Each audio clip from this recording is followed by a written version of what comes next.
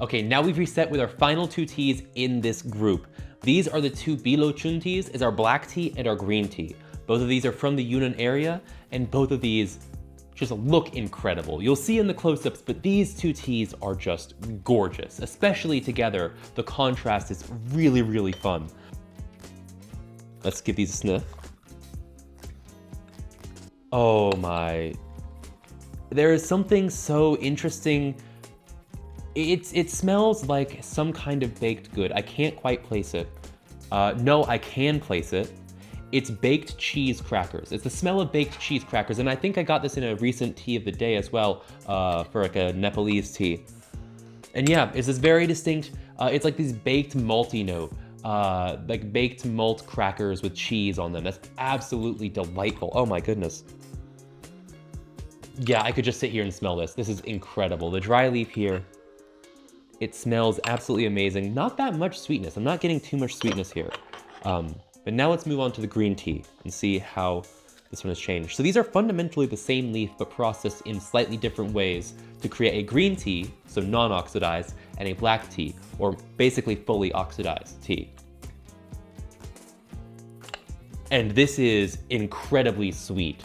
It is very sweet in the kind of similar way to like spring water or like mineral water is sweet. It has that sort of clean mineral sweetness to it, along with a little bit of a vegetal kind of steamed, what is it? It's some kind of steamed veggie. Possibly like steamed broccoli. Oh man, ooh. That's really nice, I really enjoy that. Or maybe it's steamed asparagus, something along those lines. Ooh, that's really good. Okay, so we have two very different aromas here, and I'm brewing these with two different water temperatures. This one here is going to be at around 90-ish, while this is gonna be around 80-ish. These are not exact, they are not being kept at any exact temperature, but that is around what I want them to be at. Both of these, you'll notice, have a very distinct colored difference. They're both very strikingly two-toned. And that is because these teas have a high percentage of buds in them. And buds typically look silver when they are unoxidized, but turn to a beautiful coppery gold as they oxidize. And you'll notice in this tea, you can see that kind of creamy silver transform into a very nice bronzy gold in the black tea. So now let's get this last rinse in here. Oh, I'm so excited. So now we have the rinses for these two teas. And the first thing I can notice, and I don't think I'm gonna be able to get this on camera too well, the thing I notice here is that both of these teas have a lot of particles in the water, like a very fine particle. And I mentioned this in a few of my shorts. These are trichomes. They are found on the buds of the tea. They're these little hairs almost. If you look very closely at the tea leaves, they almost look a little bit fuzzy. And that comes off in the tea and helps contribute both to the flavor and to the texture. So I'm very excited about that. And you'll notice they also look very standard for their tea types, right? You have a very nice kind of deep kind of gold here for the black, and you have this very nice kind of clear, very lightly tinted green. Now we're going to do our wet leaf smells. So let's see how these smell after you put a little bit of water on them. And that has changed entirely. That has changed absolutely. So first of all, I'm noticing that the cheese cracker kind of savoriness is gone. And the first thing you get is malt.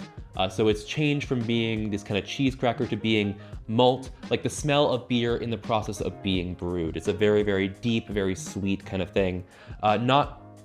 Not dissimilar to molasses in my mind, but not quite the same either. When you really sit with it for a little bit, some of that savoriness comes back through, but it's mostly gone, which is very interesting. I'm curious to see what happens here.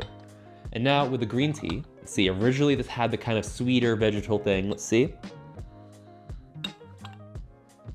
Huh? So it's still carrying over a lot of the same things from the dry leaf, which is a very good sign, honestly. I really enjoyed those aromas, so it's nice to get them again in the wet leaf here.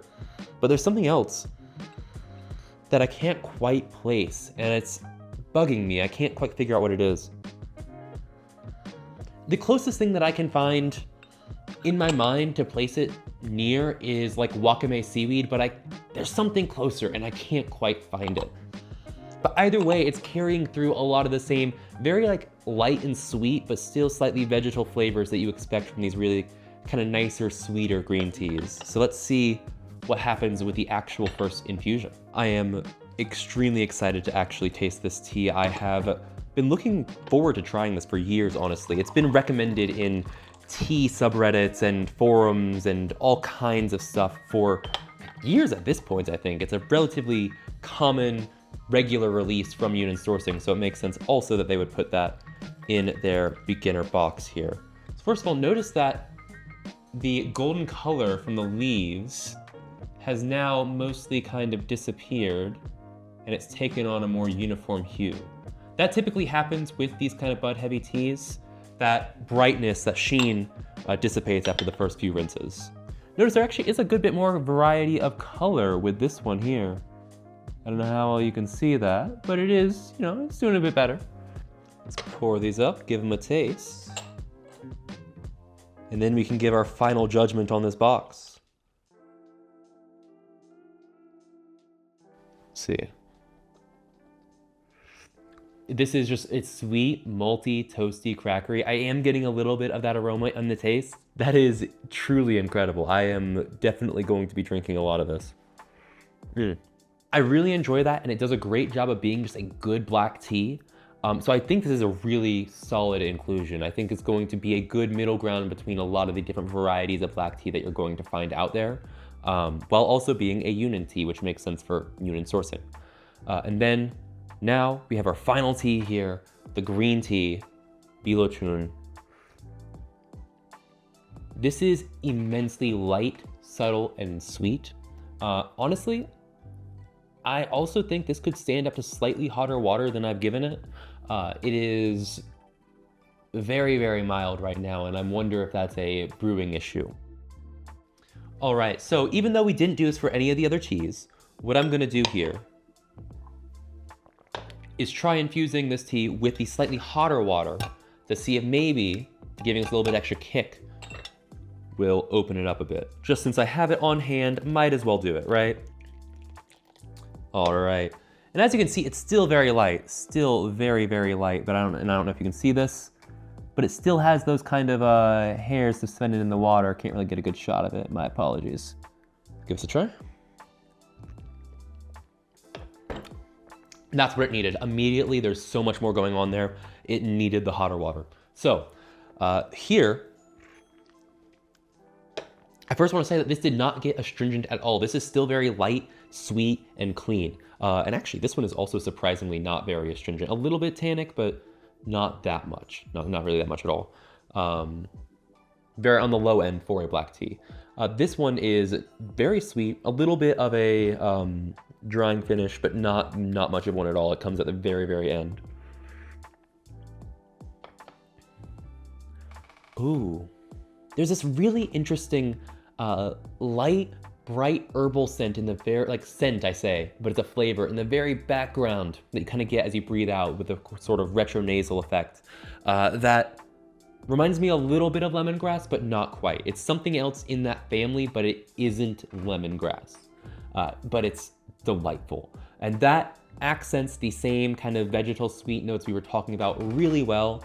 I think that does a really good job of kind of showing you what green tea, especially Chinese green tea, can taste like. Those kind of more sweet, delicate notes that I think are really missing, especially when you just have had green tea from like a tea bag before. So that's really, really cool. I really enjoyed that. But having had all of these teas now, that brings us to the question, is this a good beginner box? I think it is. I feel like it's pretty obvious from my comments so far. I've really enjoyed all of these teas on their own. I do think some of them are a little bit on the more boring side, but while they are on the more boring side, I think they do a great job at showing you what these teas generally are like. With some fun little extra comparisons built within the set. Having multiple tie guanyens of different styles is a really, really cool addition, and I think it does give you a lot of context on what the world of oolong is like, especially if you're a beginner, and you've never even heard of oolong. I think they did a good job at choosing their blends for their raw and ripe pu'ers. Even though they are a bit more on the dull side, they do showcase the flavors in a very practical way. I do think I could have gone for a little bit more interest there. But either way, I think overall, this was a great beginner box. If you never really tried gongfu cha style tea, or really any tea outside of, tea bags or Western style stuff, this is a really cool set. But we should make sure we mention the price. This is around 50 bucks worth of tea. And I think for that price, this is a very good value. You're getting 25 gram samples of each of these, so a total of 200 grams of tea. And each of these has around 5 sessions worth if you're using a larger gaiwan than this. I'm using small ones because I'm tasting. So that's around 5 sessions for you to really dial in the tea, experiment with it, and get to know it, which I think is a great thing to include here. I've seen other beginner kits only include single 5 gram samples of each, and then if you accidentally misbrew it, you've ruined the experience of the tea, and you might not actually ever learn what the tea really tastes like. So having the 25 gram samples, I think was a great idea. For the price point, it makes a lot of sense. Overall, I think this is a great buy. So if you're in the market for a beginner pack, perhaps as a gift, given that it's December, or just for yourself if you're getting into tea, give this a look. Check it out. I really think you'll enjoy it. But other than that, thank you so much for watching. I hope you enjoyed. I hope you learned something. And I hope you join me next time for more oddities.